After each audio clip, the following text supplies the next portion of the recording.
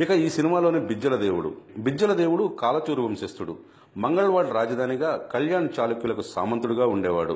క్రీస్తు శకం 1151లో కళ్యాణ్ చాళుక్య రాజున 3వ తైలప దేవుడి కాలంలో సామంతరాజులైన కాలచూరులు, కాకతీయులు, హొయసాల, యాదవ రాజులు స్వాతంత్రాన్ని ప్రకటించుకున్నారు.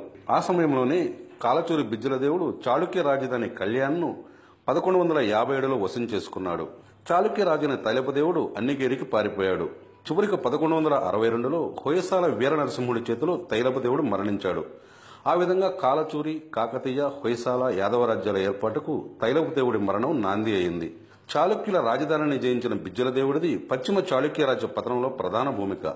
కాకతీయ, యాదవ, హొయసాల సామ్రాజ్యాల ఏర్పాటుకు పరోక్ష కారణమైన బిజ్జల దేవుడు రాజ్యాన్ని పరిపాలించింది మాత్రం కేవలం 5 సంవత్సరాలే. కానీ ఈ 5 సంవత్సరాల్లోనే హొయసాల, చోళ, పాండ్య, యాదవ రాజులను అనేక యుద్ధాలలో ఓడించాడు. ఆంధ్రాలో కూడా చాలా ప్రాంతాన్ని పరిపాలించాడు. బిజ్జల దేవుడు మొదట జైన మతాన్ని పాటించేవాడు. వీరశైవ సిద్ధాంతకర్త బసవేశ్వరుడు బిజ్జల దేవుడి దగ్గర మంత్రిగా పనిచేసేవాడు. బసవన్న మంత్రి అయిన తర్వాత బిజ్జల దేవుడి చెల్లెల్ని పెళ్లి చేసుకున్నాడు. బసవన్నను వీరశైవ సిద్ధాంతకర్తగా, సంఘ సంస్కర్తగా చరిత్ర గుర్తించింది.